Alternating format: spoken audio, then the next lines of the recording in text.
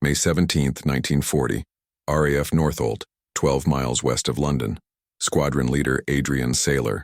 Milan stood before 12 Hurricane pilots in the dispersal hut, chalk in hand, drawing diagrams on a blackboard that contradicted everything the Royal Air Force had taught about fighter tactics. Around him, young pilots, most with fewer than 50 flying hours on type, some barely 20 years old, watched with expressions mixing confusion and skepticism. The RAF's tactical doctrine for fighter formations was codified, tested, and refined through 2 decades of peacetime development. Fighters flew in tight Vic formations of 3 aircraft, a leader with 2 wingmen positioned close on either side, with multiple Vics comprising a squadron. The formation looked magnificent during air shows, demonstrated precise flying, and allowed easy visual communication. Air Ministry publications praised it as optimal for mutual support, concentrated firepower, and command cohesion. Milan, a South African who had joined the RAF in 1936 and possessed exactly the same combat experience as every other British pilot in May 1940, which was to say almost none, was proposing to abandon this doctrine completely. His alternative formation looked crazy to pilots trained in conventional tactics, violated explicit training doctrine, and would likely result in court-martial if it failed catastrophically. But Milan had studied reports from Spain and observed Luftwaffe tactics over France, and he had concluded that the RAF's beautiful formations were killing British pilots at unsustainable rates. RAF fighter tactics in 1940 reflected doctrinal development that had occurred primarily during peacetime, shaped by assumptions about how aerial combat would function that were theoretically sound, but operationally untested. The Vic formation, officially designated Fighting Area Attack Formations in RAF training manuals, positioned 3 fighters in a tight V-shaped pattern with approximately 2 wingspans separation. Multiple Vics could be stacked vertically or horizontally to form squadron strength formations of 9 or 12 aircraft. The tactical logic was compelling in theory. Tight formations allowed the leader to control his section through visual signals, maintaining cohesion without requiring radio communication that might be intercepted or jammed. Close positioning meant that aircraft could provide mutual defensive fire support. If one fighter was attacked, his wingmen were positioned to observe the threat and provide covering fire. The concentrated formation presented multiple targets simultaneously, potentially overwhelming individual attackers with combined firepower, and the visual discipline required to maintain tight formation demonstrated pilot skill and unit proficiency. But the doctrine had been developed through peacetime exercises where combat meant elaborate scripted scenarios with rules of engagement designed for training safety rather than simulating actual warfare. The formations had been tested primarily at medium altitudes during daylight under controlled conditions. They looked impressive during annual Air Defense of Great Britain exercises, where observers on the ground could see massed formations executing synchronized maneuvers. They satisfied Air Ministry inspectors who valued precise drill and visual cohesion as indicators of squadron quality. What the peacetime doctrine had never tested was how tight formations would function in actual combat against opponents who had no interest in following scripted scenarios or respecting training constraints. The first indications that theoretical soundness might not translate to combat effectiveness came from pilots returning from France, where RAF squadrons supporting the British Expeditionary Force had engaged Luftwaffe fighters in sustained combat for the first time. The reports were troubling. RAF formations, maintaining their tight Vics, were being bounced repeatedly by German fighters that appeared from unexpected angles with altitude and speed advantages. British pilots flying as wingmen reported spending more attention maintaining formation position than scanning for threats. When combat initiated, the tight formations broke apart immediately as pilots maneuvered defensively, after which aircraft fought individually with no coordination. The tactical cohesion that tight formation was supposed to provide existed only until first contact, after which it became disadvantageous because pilots had been focused on formation keeping rather than situational awareness. Squadron leader Milan, reading these reports and correlating them with accounts from the Spanish Civil War where German and Italian fighters had developed tactics against Republican forces, recognized that the RAF's tactical doctrine was optimized for criteria that didn't matter in combat. The fundamental problem with RAF tight formation tactics, which Milan articulated in terms that made his fellow pilots uncomfortable, was that they prioritized aesthetic cohesion and command control over survival and combat effectiveness. A wingman flying 2 wingspans from his leader had to dedicate approximately 70% of his attention to maintaining position, monitoring relative closure rates, adjusting throttle constantly, watching for the leader's visual signals, leaving only 30% of his attention for scanning surrounding airspace for threats. This division of attention was lethal. Luftwaffe fighters, particularly the Messerschmitt Bf 109, typically attacked from advantageous positions, above and behind, using altitude for speed and the sun for concealment. Detecting these attacks required constant visual scanning of the hemisphere behind and above the aircraft, systematically checking areas where threats were most likely to appear. A pilot spending 70% of his attention on formation keeping was functionally blind to threats developing in his unobserved sectors. Worse, the tight formation created mutual interference. 3 aircraft flying in close proximity generated turbulence that affected handling, particularly during hard maneuvering. The wingmen were positioned where their own visual scanning was partially blocked by the leader's aircraft, and the moment combat initiated, the formation's supposed mutual support advantage disappeared. Pilots broke formation to maneuver defensively, after which each aircraft fought alone. The tight formation provided no actual combat advantage but imposed significant cost and reduced situational awareness. Milan's alternative, which he began developing through conversations with pilots who had survived combat over France, and through obsessive study of intelligence reports about Luftwaffe tactics, was radical in its simplicity. Abandon tight formations entirely. Instead, fly in pairs, sections of 2 aircraft, with wide spacing between elements. The leader would focus on locating targets and managing tactics. The wingman would focus primarily on defensive scanning, protecting both aircraft from threats the leader might not observe while maintaining enough distance that he could scan effectively without constant formation-keeping attention. The formation would look terrible by peacetime standards, loose, undisciplined, lacking the visual cohesion that RAF doctrine valued. But it would be optimized for what actually mattered in combat: detecting threats before they became lethal, maintaining sufficient separation that pilots could maneuver independently without collision risk, and ensuring that at least one pilot in each pair was always scanning defensively, while the other focused offensively.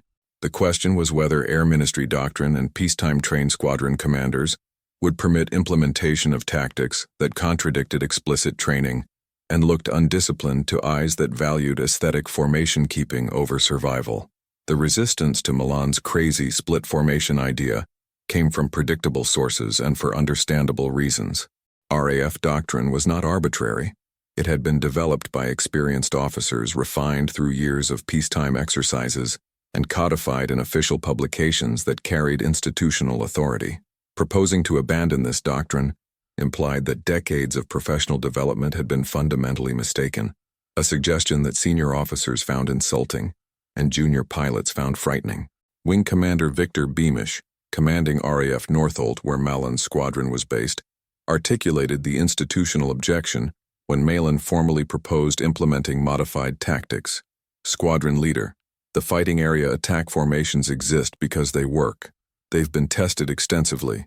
They provide command cohesion, mutual support, and concentrated firepower. What you're proposing, loose pairs flying with wide separation, looks like indiscipline. It prevents effective command control, and it divides our strength rather than concentrating it. Malan's response reflected both tactical insight and political calculation. He couldn't directly accuse RAF doctrine of being wrong without inviting immediate dismissal. Instead, he framed his proposal as adaptation to conditions that doctrine hadn't anticipated. Sir, the fighting area attack formations were developed for interception scenarios where we detect enemy bombers early and position to attack from favorable geometry. They work well in that context. The tight formation allows coordinated attack runs with visual fire control. But over France, we're not intercepting bombers from prepared positions. We're engaging enemy fighters in turning combat at close quarters, often after being bounced from disadvantageous positions. The tactical requirements are different. So you're proposing different tactics for different scenarios? Yes, sir. Maintain tight formations for bomber interception where they provide advantages, but for fighter versus fighter combat, use loose pairs where the wingman can provide defensive scan while the leader maneuvers offensively. The Luftwaffe is using this exact approach. We've identified it in intelligence reports and from pilots who have observed German formations. They fly swarms of 4 aircraft in 2 pairs, with wide spacing. It's why they're consistently bouncing us. Their wingmen are scanning defensively while ours are watching formation position. Beamish studied Milan carefully. The younger officer was not being insubordinate, was acknowledging doctrine's validity in appropriate contexts, and was basing his proposal on observable evidence rather than abstract preference. And critically, Beamish had read the same casualty reports from France that Milan had studied, reports showing RAF fighter squadrons suffering disproportionate losses in fighter-versus-fighter engagements. You want to experiment with your squadron. Test whether loose pairs perform better than tight VICs in actual combat. Yes, sir. With permission to revert to standard doctrine if the experiment fails. Beamish approved the experiment with deep reservations about whether he would be blamed if it ended catastrophically. Implementing the new formation tactics required more than just instructing pilots to fly farther apart. It required fundamentally reconceptualizing each pilot's role, responsibilities, and tactical focus. In traditional RAF formations, the leader's role was clear. He commanded the section, selected targets, issued orders through visual signals, and expected his wingmen to follow and support. The wingman's role was subordinate but simple. Maintain position, follow the leader, provide supporting fire when opportunities arose. Milan's split formation redefined these roles completely. The section would still have a leader, but his responsibility was primarily offensive, locating targets, positioning for attack, engaging enemy aircraft. The wingman's responsibility was primarily defensive, scanning the airspace behind and above both aircraft, detecting threats before they reached firing positions, calling warnings, and maneuvering to engage threats that developed. The relationship was symbiotic rather than hierarchical. Both pilots were equally critical, performing complementary functions rather than leader and subordinate roles. The spacing between elements expanded from 2 wingspans to approximately 200 yards, sufficient distance that the wingman could scan effectively without constant formation keeping attention, but close enough for mutual support if either aircraft was engaged. Instead of flying in tight V formation, the pair would fly line abreast or with slight offset, each pilot responsible for scanning specific sectors of the surrounding sky. The leader would primarily scan forward and to the sides. The wingman would focus on the rear hemisphere and above, the sectors from which Luftwaffe bounce attacks typically developed. Communication became critical in ways that tight formation had never required. Traditional RAF formations used visual signals almost exclusively. Radio communication was considered unprofessional and potentially insecure, but Milan's tactics required constant verbal communication between pairs. Check 6 o'clock high, scan behind and above, bandits at 2 o'clock level, enemy aircraft at specific bearing and altitude, break right, immediate defensive turn to evade attack. The radio discipline that RAF training had emphasized, maintaining radio silence unless absolutely necessary, was abandoned in favor of continuous information sharing between section partners. Training the squadron in these tactics consumed a week of intensive flying during a period when Fighter Command could barely spare training time from operational commitments. Pilots accustomed to flying in tight formation found the wide spacing initially uncomfortable. The instinct was to close up, to restore visual contact with the leader, to return to the familiar formation keeping that training had ingrained. Milan had to repeatedly emphasize that discomfort was acceptable, that loose formation felt wrong precisely because it contradicted training, but that survival mattered more than comfort. By late May 1940, as the evacuation from Dunkirk began and Fighter Command committed squadrons to cover the withdrawal, Malan's squadron was ready to test whether crazy tactics would prove superior to codified doctrine. The Battle of Dunkirk, fought in the skies over the Channel in northern France during late May and early June 1940, provided brutal testing ground for competing tactical approaches. Fighter Command committed squadrons to provide air cover over the beaches where British and French forces were evacuating under German pressure. The mission required operating at extreme range from British bases, fighting over enemy territory where shot-down pilots became prisoners, and engaging Luftwaffe fighters that operated from nearby French airfields with numerical and positional advantages. Milan's squadron, flying Hurricanes from Northolt, participated in covering operations on May 27th, their first major combat employing the modified split formation tactics. The contrast with conventional RAF formations became immediately apparent. The squadron flew as 6 pairs rather than 4 tight Vics, with pairs positioned to provide overlapping defensive coverage. As they approached Dunkirk at 20,000 feet, one of Milan's wingmen called contact. Bandits 8 o'clock high 6+. The warning came from a pilot who was scanning defensively rather than maintaining formation position, exactly what the split formation was designed to enable. In a traditional tight Vic formation, the wingman would have been watching his leader's aircraft to maintain position and might not have observed the threat until much later. The early warning provided approximately 8 seconds for defensive reaction, which made the difference between being bounced and engaging on roughly equal terms. The combat that followed lasted approximately 6 minutes, an eternity of turning, diving, firing, evading. Milan's squadron fought as pairs rather than as individuals, with leaders maneuvering offensively while wingmen maintained defensive scan and called threats. When individual aircraft were engaged, their section partners provided immediate support. When pairs became separated during the chaos of combat, they reformed with other pairs rather than attempting to rejoin original section mates, maintaining the basic tactical unit of 2 aircraft providing mutual support. The results were documented in combat reports filed that evening. Milan's squadron claimed 8 confirmed kills against 3 losses. 1 pilot killed, 2 aircraft damaged but returned safely. The kill-to-loss ratio was dramatically better than the squadron's previous engagements using conventional tactics, and better than the average ratio achieved by other RAF squadrons that day. More significantly, pilots reported feeling less surprised, less vulnerable, more able to detect and respond to threats than in previous combat using tight formations. But one successful engagement was insufficient to prove that tactical innovation was superior to established doctrine. The test would require sustained combat across multiple engagements, demonstrating that initial success was systemic rather than circumstantial. Through June and July 1940, as the Battle of Britain's preliminary phase saw increasing Luftwaffe operations against channel shipping and coastal targets, the tactical divide within fighter command became increasingly visible. Some squadrons adopted variations on Milan's split formation approach, particularly after pilots transferred between squadrons and brought tactical knowledge with them. Other squadrons maintained traditional tight Vic formations, either through commander's preference or because institutional pressure to conform to doctrine remained strong. The performance differential accumulated with each engagement.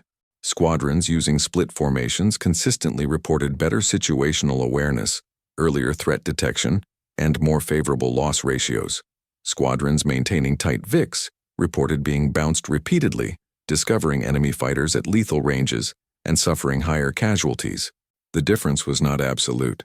Good pilots survived using conventional tactics and poor pilots were shot down regardless of formation. But the statistical trend was clear enough that experienced pilots noticed and discussed it.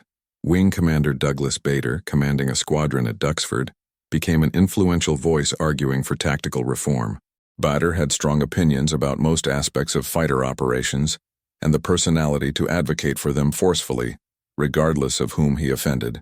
His adoption of split formation tactics and loud promotion of their superiority helped legitimize Milan's approach among pilots who might have dismissed it as one squadron leader's eccentricity. But institutional resistance remained strong at Air Ministry level, where staff officers who had developed RAF tactical doctrine were reluctant to acknowledge that their work had been fundamentally flawed.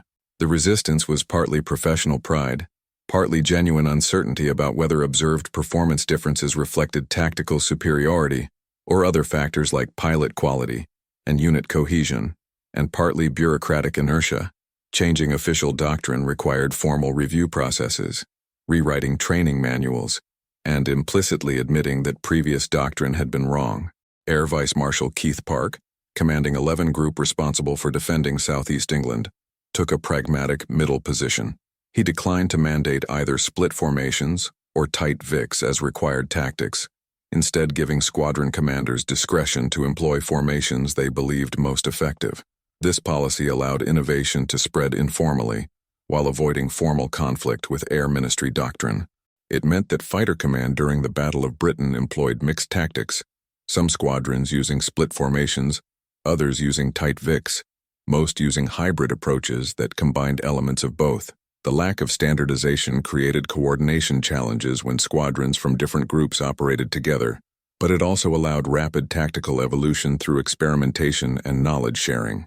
The RAF was learning through combat experience rather than through formal doctrine development, adapting faster than bureaucratic processes would have permitted. By August 1940, as the Luftwaffe intensified operations and the Battle of Britain entered its critical phase, the tactical advantages of split formations had become sufficiently clear that Air Ministry began quietly revising doctrine without explicitly acknowledging that previous doctrine had been wrong. The revised tactical memorandums distributed to fighter command squadrons in August emphasized tactical flexibility and loose formations for fighter versus fighter combat, while maintaining that tight formations remained appropriate for bomber interception operations. The bureaucratic language concealed what had actually occurred. The RAF had discovered through bitter experience that its peacetime tactical doctrine was fundamentally flawed, that the Luftwaffe's fighter tactics were superior, and that British pilots needed to adopt enemy methods to survive. The discovery was professionally humiliating for the officers who had developed RAF doctrine and institutionally uncomfortable for an organization that valued discipline and standardization. But the alternative, maintaining doctrine that was demonstrably getting pilots killed, was strategically unacceptable. Squadron leader Milan, whose crazy idea had catalyzed this doctrinal evolution, continued refining split formation tactics through continuous combat experience. He developed additional tactical innovations that built on the basic split formation concept. The finger four formation, where 4 aircraft flew as 2 pairs in a configuration resembling fingertips, providing 360-degree visual coverage. The concept of fighting pairs that remained together throughout combat, rather than breaking into individual dogfights, and communication protocols that maximized information sharing between section partners. Milan also developed a set of tactical rules that he distributed to his squadron, and that spread through fighter command's informal pilot network. The rules, eventually known as Milan's 10 Rules for Air Fighting, codified lessons learned through combat experience. Wait until you see the whites of his eyes. Fire short bursts of 1 to 2 seconds only when your sights are definitely on. And while shooting, think of nothing else. Brace the whole of your body, have both hands on the stick, concentrate on your ring sight. Always keep a sharp lookout. Keep your finger out. Initiative, aggression, air discipline, and teamwork are words that mean something in air fighting. Go in quickly. Punch hard. Get out. Height gives you the initiative. Always turn and face the attack. Make your decisions promptly. It is better to act quickly, even though your tactics are not the best. Never fly straight and level for more than 30 seconds in the combat area. When diving to attack, always leave a proportion of your formation above to act as top guard. The rules emphasized situational awareness, aggressive tactics, mutual support, and the principles underlying split formations. Maintain defensive scan, preserve altitude advantage, fight as pairs rather than individuals. The Luftwaffe, observing changes in RAF fighter tactics during August and September 1940, made the professional mistake of assuming that British adaptations were evidence of desperation rather than learning. German intelligence reports noted that RAF formations appeared less disciplined and poorly coordinated, interpreting loose formations as indicating declining pilot quality and unit cohesion. The reality that British fighters were deliberately adopting German tactical methods because they were superior was not seriously considered because it implied that Luftwaffe tactical doctrine had been so obvious that even inferior opponents could copy it successfully. This misperception gave the RAF additional time to refine split formation tactics without German counter-adaptation. By September, most fighter command squadrons were employing some variant of loose pair tactics, though implementation varied based on commander preferences and unit culture.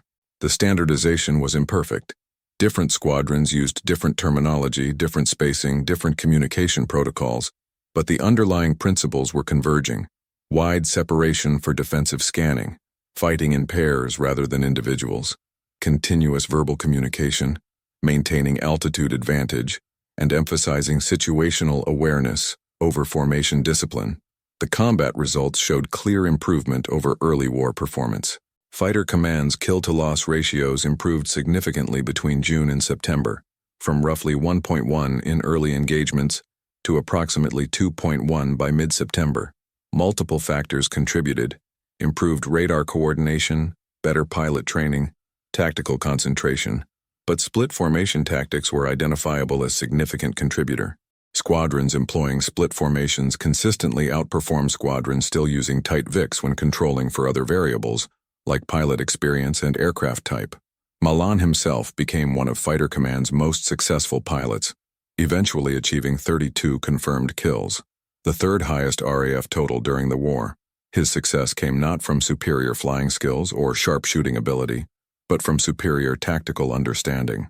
He survived sustained combat because his tactics prioritized survival, because he understood that seeing the enemy first was more important than outmaneuvering them after engagement began, because he fought as part of mutually supporting pairs rather than as isolated individuals seeking personal glory. The irony was that Malan's tactical innovations, which had been dismissed as crazy in May 1940, were largely derivations of German tactics that had been developed and proven in Spain years earlier. The RAF had been slow to recognize that peacetime doctrine was inadequate for actual combat, slow to learn from observable enemy tactics, and slow to implement changes despite mounting evidence of doctrinal failure. But once institutional resistance was overcome, the adaptation was rapid and effective, demonstrating that organizations can learn under stress if they prioritize outcomes over doctrine. By October 1940, as German daylight operations diminished and the battle transitioned toward nighttime bombing, the tactical lessons of the summer had been thoroughly internalized across Fighter Command. Split formation tactics were no longer controversial innovation, but standard practice, taught to replacement pilots in operational training units and codified in revised tactical manuals. The transition from crazy idea to established doctrine occurred in approximately 5 months, remarkably fast by institutional standards but excruciatingly slow when measured in pilot casualties that might have been prevented by earlier adoption. The cost of the RAF's slow tactical adaptation was quantifiable. Between May and September 1940, Fighter Command lost approximately 1,000 pilots killed or seriously wounded. Some indeterminate portion of these casualties resulted from tactical disadvantages created by tight formation doctrine. Pilots shot down because they were maintaining formation position rather than scanning for threats. Pilots surprised because their sections lacked effective defensive coverage. Pilots who died because doctrine prioritized aesthetic cohesion over survival.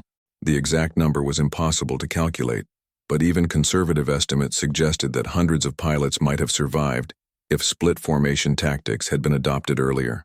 The RAF's official histories, written after the war with access to complete records and hindsight perspective, addressed the tactical evolution carefully. The histories acknowledged that RAF fighter tactics underwent significant refinement during 1940, based on combat experience, but avoided directly stating that pre-war doctrine had been fundamentally wrong, or that the RAF had essentially copied German tactics. The institutional preference was to frame the evolution as natural adaptation and refinement, rather than as learning from enemies or correcting doctrinal failures. Squadron leader Malan, promoted to wing commander in late 1940 and eventually to group captain, commanded fighter wings through subsequent operations over occupied Europe. His tactical influence spread beyond his immediate command through the pilots who served under him, learned his methods and carried them to other units. The informal network of tactically innovative pilots, many of whom had survived because they adopted split formations early, formed a de facto tactical development community within Fighter Command, continuously refining methods and sharing lessons learned. But Malan remained uncomfortable with being credited personally for tactical innovations that he viewed as obvious adaptations of enemy methods rather than original insights. When interviewed by RAF historical officers in 1943 about the development of fighter tactics, he emphasized that the Germans had been using these formations for years. All we did was finally recognize that their tactics worked better than ours and copy them. The real question is why it took us so long to admit that our doctrine was inferior. The post-war analysis of RAF fighter tactics during the Battle of Britain, conducted by Air Ministry Tactical Development Staff, and eventually by military historians with access to both British and German records, confirmed what combat pilots had understood experientially, that split formation tactics had provided significant tactical advantages and that their relatively late adoption had imposed unnecessary costs in pilot casualties during early months of the battle. The analysis identified several factors that had delayed adoption of superior tactics, despite evidence from Spain and France that German methods were more effective. Institutional conservatism and the professional investment that senior officers had in existing doctrine created resistance to change.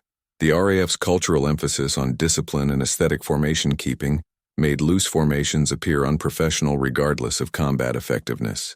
The lack of formal mechanisms for rapid tactical feedback from frontline units to doctrine development organizations meant that lessons learned in combat reached decision-makers slowly, and the difficulty of conducting controlled experiments in warfare made it hard to prove definitively that tactical changes were responsible for observed performance improvements rather than other factors. But the analysis also identified that once institutional resistance was overcome, the RAF had adapted relatively quickly and completely, faster than many military organizations managed when confronting evidence that doctrine required fundamental revision. The combination of operational commanders like Park who permitted tactical flexibility, mid-level innovators like Milan who developed and advocated for alternatives, and combat pilots who adopted and refined improvements through practice, created an informal innovation network that functioned more effectively than formal doctrine development processes. The broader lesson extended beyond specific details of fighter formations to general principles about organizational learning under stress. Military organizations operated most effectively when they balanced respect for doctrine with permission for tactical experimentation, when they established feedback mechanisms allowing frontline knowledge to reach decision-makers quickly, when they prioritized outcomes over procedural correctness, and when they created psychological safety, allowing officers to propose unorthodox approaches without fear that failure would be punished disproportionately. Fighter Command during 1940 demonstrated these principles imperfectly but adequately, slowly enough that the delay cost lives, quickly enough that adaptation occurred before strategic failure. The balance between institutional stability and tactical flexibility, between discipline and innovation, between respect for doctrine and willingness to revise it when evidence demanded, this balance was itself a form of organizational capability that contributed to Britain's survival as significantly as pilot skill or aircraft performance. Squadron leader Adrian Sailor Milan survived the war, eventually rising to group captain and serving in various command and staff positions through 1946. He returned to South Africa after demobilization, pursuing civilian aviation and business interests. His tactical contributions during the Battle of Britain were recognized through military decorations: the Distinguished Service Order with 2 bars, the Distinguished Flying Cross with bar, but his specific role in revolutionizing RAF fighter tactics remained largely invisible in official histories that preferred institutional narratives over individual attribution. The split formation tactics that he had championed became so thoroughly integrated into RAF doctrine that later generations of pilots learned them without knowing their origin or the controversy surrounding their initial adoption. Post-war tactical manuals presented loose pair formations as standard practice, making no reference to the fact that they had once been considered crazy violations of proper doctrine. The institutional memory was short. Within 5 years, pilots who had fought the Battle of Britain using tight VICs were training new pilots in split formations as if they had always been standard. Milan himself spoke rarely about his tactical innovations, preferring to emphasize collective experience over individual contribution. When interviewed by military historians in the 1950s and 1960s, he consistently deflected personal credit. "I didn't invent split formations. The Germans had been using them for years. I just recognized that their tactics were better than ours and convinced my squadron to adopt them." Any competent pilot who studied German formations carefully would have reached the same conclusions. The real credit belongs to the pilots who were willing to try something different, despite it contradicting their training. The interviewer's notes recorded that Milan seemed almost embarrassed by attention to his tactical contributions, repeatedly emphasizing that he was merely copying enemy methods rather than developing original innovations. The modesty was genuine, but also reflected Milan's understanding that his most important contribution had not been tactical creativity, but institutional courage, the willingness to challenge established doctrine publicly, to implement unorthodox methods despite criticism, and to persist through initial skepticism until combat results proved his approach superior. The fighter pilots who survived the Battle of Britain because they flew in split formations rather than tight VICs, who detected threats earlier, fought more effectively, and returned home when other formations might have been surprised and destroyed, owed their survival to one squadron leader's recognition that beautiful formations optimized for peacetime displays were killing pilots in actual combat, and his courage to propose alternatives that looked crazy but actually worked. The revelation that emerged from squadron leader Milan's crazy split formation idea was not that tactical innovation required genius, but that it required honest assessment of what actually mattered in combat versus what appeared impressive in peacetime exercises. The RAF's tight Vic formations had been optimized for criteria that seemed important when warfare was theoretical: visual cohesion, precise drill, command control through visual signals, aesthetic demonstration of pilot skill. But these criteria were irrelevant or counterproductive when warfare became real, and survival depended on detecting threats before they reached firing positions. Milan's contribution was recognizing this disconnect sooner than institutional leadership, and having the courage to propose tactics that would look undisciplined and unprofessional to officers who valued formation keeping, but would keep pilots alive through enhanced situational awareness. The crazy idea was crazy only from the perspective of peacetime standards that measured success by how tight formations looked, rather than by how effectively they allowed pilots to detect, engage, and survive combat. The Battle of Britain was won through multiple factors: radar technology, pilot courage, industrial capacity, strategic errors by German leadership. But among these factors was the RAF's capacity to recognize that its tactical doctrine was fundamentally flawed and to adapt quickly enough that the adaptation occurred before losses became unsustainable. The transition from tight VICs to split formations represented institutional learning under maximum stress, the kind of organizational adaptation that determined whether military forces survived sustained combat or were destroyed by their own doctrine. The broader strategic lesson transcended specific details of fighter formations. That peacetime doctrine, developed through exercises and theory, often proved inadequate for actual warfare because peacetime could not replicate the stress, chaos, and lethality that combat imposed. That military organization survived sustained warfare not by following doctrine rigidly, but by adapting it continuously based on operational feedback. That the officers who contributed most significantly to tactical effectiveness were often mid-level commanders who questioned doctrine rather than senior leaders who had developed it, and that institutional cultures which permitted tactical experimentation, tolerated unorthodox approaches, and prioritized outcomes over procedural correctness were more resilient than cultures that valued discipline and conformity above adaptation.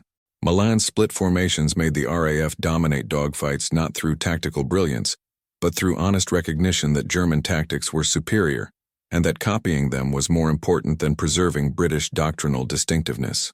The courage was not in inventing new tactics, but in admitting that existing tactics were wrong, and that learning from enemies was necessary for survival.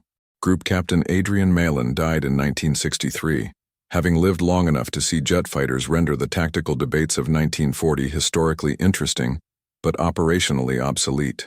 His obituaries mentioned his distinguished war record and high kill total, but said little about his tactical contributions, which had been absorbed so completely into RAF doctrine that their revolutionary origin was largely forgotten. The split formations that had been crazy in 1940 were standard practice by 1945, and remained so through subsequent decades of fighter aviation. The broader lesson that Milan's experience illustrated, that military doctrine developed during peacetime often proved inadequate for actual warfare, and required rapid revision based on combat experience, was relearned by subsequent generations of military officers who discovered their own doctrinal assumptions, failing under operational stress. The specific tactics evolved as aircraft performance and weapons technology changed, but the underlying principle remained constant. Organizations that adapted quickly survived. Organizations that defended flawed doctrine rigidly did not. The RAF's tactical evolution during 1940 became a case study in military education, illustrating both the dangers of institutional conservatism and the benefits of decentralized innovation. Modern military organizations study the Battle of Britain not primarily for lessons about fighter tactics, which are historically obsolete, but for lessons about how institutions learn under stress, how doctrine should balance stability with flexibility, and how organizational cultures can either facilitate or impede necessary adaptation.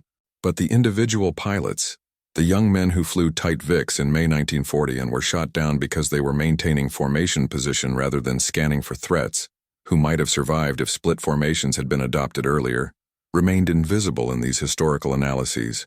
They were casualties of institutional learning, the price paid for discovering through combat experience what might have been learned by studying enemy tactics or listening to warnings from Spain and France. Squadron leader. Milan's crazy idea saved lives by challenging doctrine that was killing pilots, by recognizing that tactical effectiveness mattered more than aesthetic formation keeping, by accepting that learning from enemies was necessary even if professionally uncomfortable. The contribution was significant, not because split formations were tactically brilliant, but because advocating for them required institutional courage, the willingness to challenge established doctrine, to risk professional reputation on unorthodox methods, and to prioritize pilot survival over procedural correctness.